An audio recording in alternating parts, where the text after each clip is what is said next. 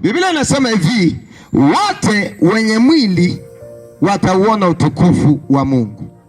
Kwenye kitabu cha Luka anasema na wote wenye mwili watauona wokovu wa Bwana. Wote wenye mwili, wote. Sasa hii haijalishi ya kwamba huyu mtu ana dhambi au hana dhambi, atauona utukufu wa Bwana. Hii haijalishi ya kwamba huyu mtu ni wa kiroho au sio wa kiroho, atauona utukufu wa Bwana. Ni mtenda dhambi au ni mtakatifu, atauona utukufu wa Bwana. Anaendaga kanisani, aendagi kanisani, atauona utukufu wa Bwana. Ni mla rushwa au ni mdhalimu, atauona utukufu wa Bwana. Ni mpindisha haki, wote Biblia inasema watauona utukufu wa Bwana. Wote watauona utukufu wa Bwana.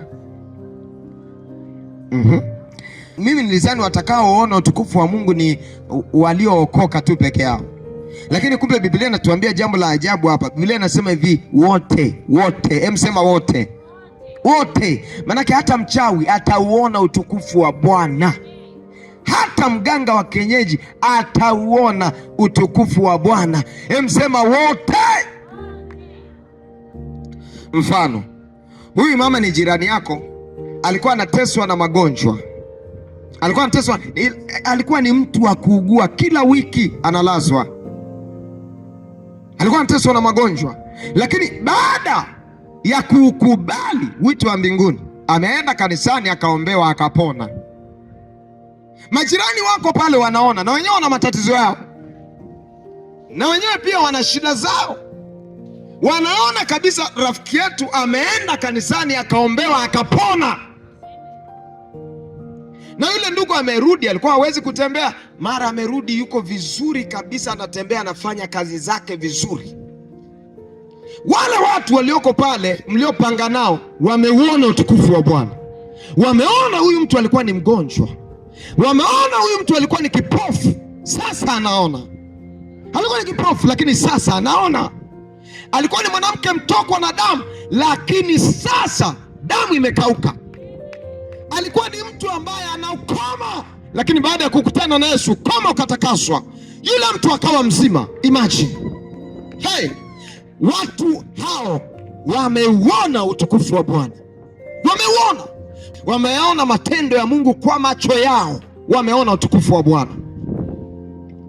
Yamkini mama, ulikuwa ni mkorofi na tabia za ovyo, ila ulipoanza kwenda kanisani, maisha yako yakabadilika ghafla.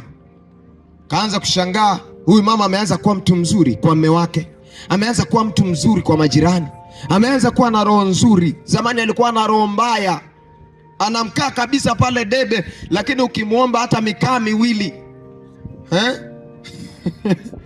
hakubali. Ila sasa hivi ana roho nzuri. Sasa hivi anaweza kukupa hata bila kumwomba. Anaweza kuuliza jirani, vipi, mambo yako vizuri jikoni? Anakupa kaunga. Huyu mtu amebadilika mbele ya macho yao. Maana ni nini? Watu wanaomzunguka yule mtu wameuona utukufu wa Mungu. Huyu mtu alikuwa ni kilema, alipofika kanisani akaombewa, akapona, akatembea. Mtaa mzima waliokuwa wanajua huyu mtu anatembeaga na wheelchair. Huyu mtu anatembeaga na kibeskeli cha walemavu. Lakini leo huyu mtu ni mzima, anatembea. Wale watu wote wanaomzunguka yule mtu wameuona utukufu wa nani? Wameuona utukufu wa nani? Wameuona utukufu wa nani? Nisikie sauti, wameuona utukufu wa nani? Wa Mungu. Ila kuushiriki ikifika kwenye point ya kuushiriki, wanakwambia usiende kule, usiende kuombewa, una dini yako. Una dini yako. Hii ni dini, ile sio dini yetu. Hiyo sio dini yetu, usiende. Hilo sio kanisa letu, usiende. Sisi hatuamini, hao ni Freemason, usiende. Wale watu wanatumia nguvu za kichawi, usiende. Ndio vikwazo ambavyo nataka niviongelee hapa.